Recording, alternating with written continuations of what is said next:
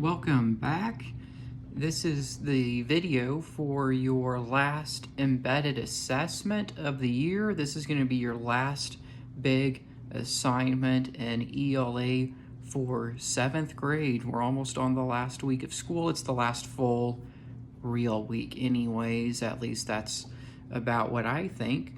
So I'm going to go over the scoring guide and the assignment with you in this video. So basically you're just going to be creating a video of a monologue. So it's creating and presenting a monologue. You already knew that was coming up anyway. If you created one last week, you got all your stuff done on time. The assignment for 4.2, you created a monologue already, so you can use that one that you already typed if you wanted to and make a video of yourself presenting it, or you can just make a new one if you would rather. So I'll go ahead and start showing you what is on the Springboard website. So here is the website. It's after 4.7. If you wanted to go on to ralnv.springboardonline.org and look at this yourself. So it's pretty simple. Your assignment is to write and present a monologue about a topic that sparks a strong emotion. So these are some different emotions listed there. So really it can be about any topic. It could be about school or the one about a holiday that you already wrote. And it says down here, you may choose to speak as yourself or you may adopt a persona. So basically, you could be pretending to be someone else, another character. It could be someone in your family, or it could just be a character that you invented. So you can have a lot of creativity with this. It does not have to be a true story.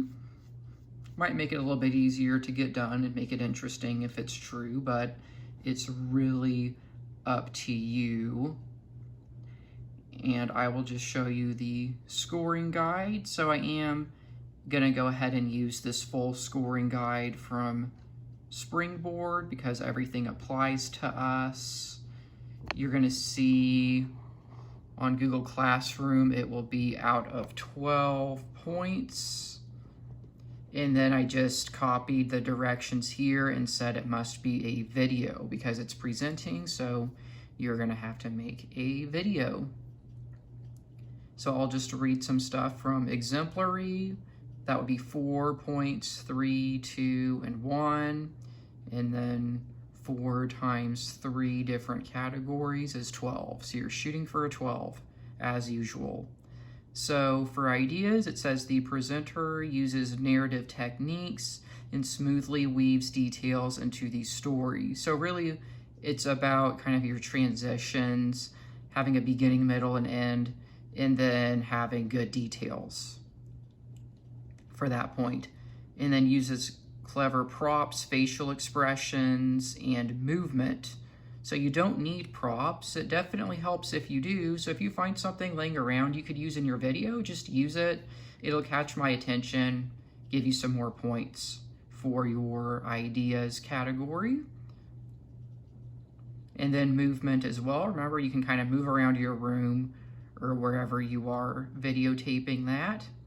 And then shows excellent oral delivery with volume, rate, pitch, and inflection.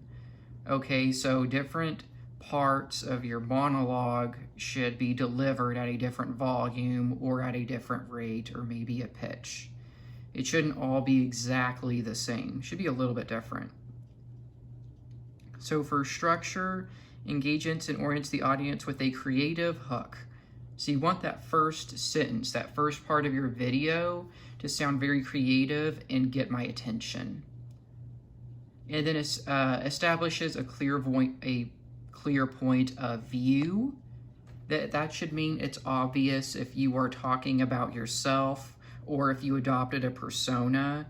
If you're pretending to be another character, it should be obvious when I'm watching which character you are pretending to be. So follows a careful sequence. Again, it's kind of the beginning, middle, and end here. And then a clever ending. So a clever, surprising ending can definitely give you more points, and it's talking about the transitions there. So it should be kind of obvious what the beginning is, in the middle, and then that clever ending. And then use of language. So use a specific language to communicate tone. So if you're pretending to be a teacher, the teacher's your persona, you should be using some different language than if you're talking about a story from kindergarten, when you were in kindergarten, I mean.